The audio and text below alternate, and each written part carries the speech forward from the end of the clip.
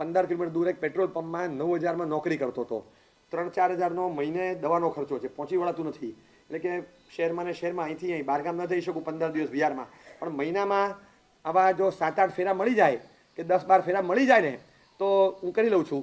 હવે મારે ઘરે જઈને 9-9:30 પછી ઘરનું જ કામ કરવાનું, મારે તો ઉપવાસ છે એટલે મારે બીજું કંઈ ચિંતા નથી.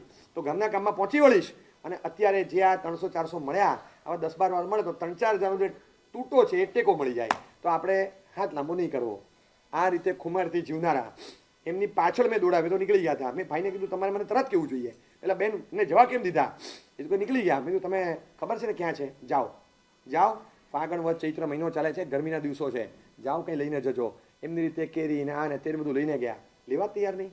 છેલ્લે કીધું કે મને લાભ આપો કે જનારા સાવક હતા એ પણ એક સાધ્વીજીના પપ્પા હતા.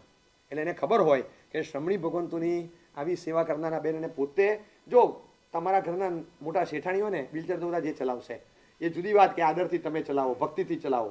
As a profession, as a income source એ પકડ્યું છે. કારણ કે બીજી કોઈ આવડત નથી. ને આ એક વસ્તુ છે, પોતે છે ને કોઈ દિવસ એવું ઈચ્છા નથી રાખી શકતા કે આમાંથી મને અર્થોપાર્જન થાય, આ તો ભક્તિ તરીકે લઈ લે, પણ એમની પાસે બીજો ઓપ્શન નથી. એટલે આ એમની રોજી બને છે, આ એમની રોજી, અને એ રીતે ચલાવે.